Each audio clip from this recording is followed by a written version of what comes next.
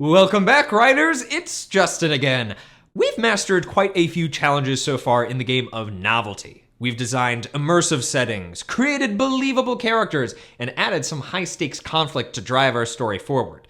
All that we're missing in our novel plan is the story itself. In other words, the plot. Indeed, I'm delighted to introduce your penultimate challenge. Challenge 6, Plotting the Campaign. Can you outline the narrative arc of your novel's plot? We'll consider each stage of a narrative arc from a writer's perspective, then apply some plotting techniques. Later, you'll use those insights to create a complete plot outline for your novel plan. So, pick up your pencil and let's get into it.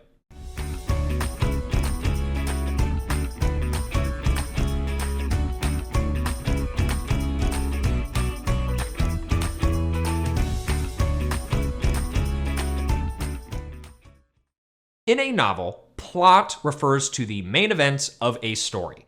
Engaging plots are carefully structured sequences, with each event building on the one before it.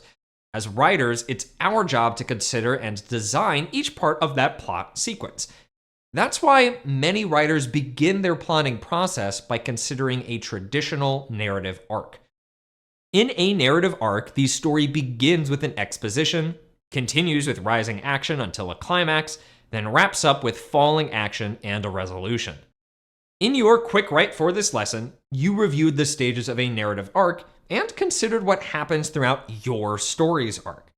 But there's a difference between generally knowing what happens and actually designing each narrative stage in an intentional, effective way. As writers, we may understand our story and its plot perfectly well. We've planned and thought about it from all angles. We're basically omniscient, but our readers are not. They only get one chance to experience our story from start to finish. So as writers, we intentionally design the best experience we can for our readers.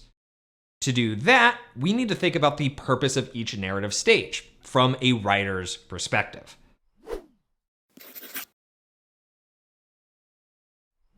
As you design each stage of your narrative arc, there are two important questions you should keep in mind. One, what information should the reader know in each stage? And two, how should the reader feel in each stage? As an example, let's think about the exposition of a story. In an exposition, what information should readers know? Usually, readers need important context up front, like the setting and characters, as well as the overall genre and tone of the novel. It also presents a key question or problem to be explored. And how should the reader feel while reading an exposition? We probably want them to feel immersed in the story and curious about what happens next. Of course, that's just one of the 5 stages of a narrative arc. In your guided notes, you'll see a chart with ideas to consider for each stage. Pause for a moment to review this chart. Check off any ideas that you'd like to consider when planning your novel's plot.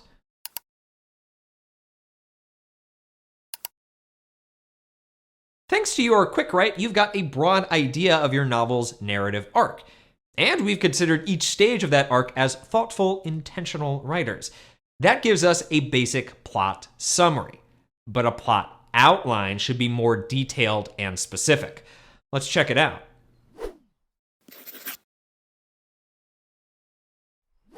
A plot outline is a detailed plan of specific events that occur throughout a narrative arc. While there are countless ways to outline a plot, today we'll do it novelty style by following 3 steps. First, we'll plan a few key transition points. More on that in a second. Next, we'll plan scenes that occur between those transitions. We'll start on this in today's video, then you'll continue over the next few days.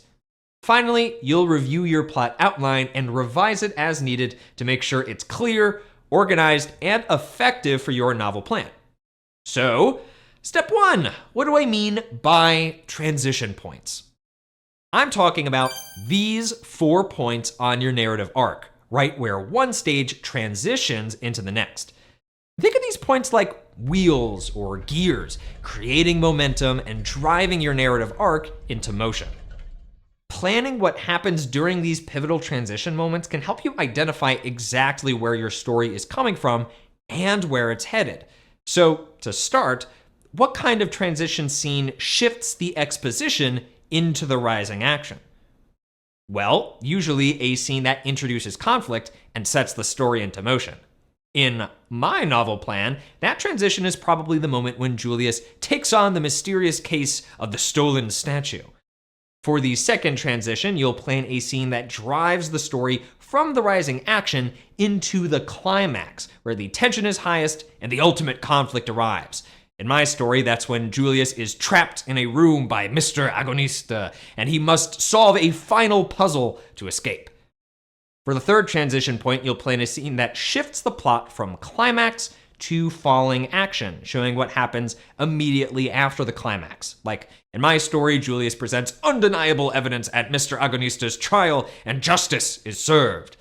And for the fourth transition point, you'll plan a scene moving from the falling action to resolution, where the final aftermath of the conflict is all wrapped up. For me, I'm imagining Julius and Mila restoring the stolen statue to its owner. All right, now it's your turn. In your guided notes, plan 4 transition scenes for your plot outline. Now that we've got 4 strong transition points, it's time for step 2, planning scenes between those transitions. Like, how does Julius go from investigating a missing statue to being trapped in a locked room? Obviously, part of this planning relies on good old-fashioned imagination, but there are a few tips we can consider while we're coming up with ideas for scenes. Tip number 1, incorporate other elements of your novel plan. That'll help you design scenes that describe immersive settings, communicate strong characterization, and establish conflict. Tip number 2, consider your narrative arc and what you want readers to know or feel in each stage. That way you can design scenes around specific information or emotional moments. And tip number 3, continue building momentum around your transition points. As you imagine scenes, keep in mind where your story has come from and where it's headed, so that each scene is moving the story forward. We can practice by working on our story expositions. Let's turn those 3 tips into guiding questions. For my exposition, what settings, characters, or conflicts do I need to convey? What do I want my readers to know and feel? And what transition points is the story moving between? Well, I want to immerse readers in my futuristic San Francisco setting and characterize Julius and Mila. I want my readers to learn about Julius's detective skills and feel curious and entertained. And I'm moving toward the transition scene where Julius takes on the case of the missing statue. So maybe I'll begin with a scene where Julius is looking out over the futuristic city to clearly depict my setting and get readers curious. Then I'll have a scene where Julius meets up with Mila at the detective office. They exchange some funny dialogue, which characterizes both of them, showing Julius's detective skills and hints at the upcoming case. Expositions can be pretty short, so planning 2 or 3 scenes is a great place to start. So give it a try. In your guided notes, complete the exposition planning table. Then outline a few scenes for your story's exposition. Pause to work. Oh, well done. You've got a strong start on your plot outline. What's next?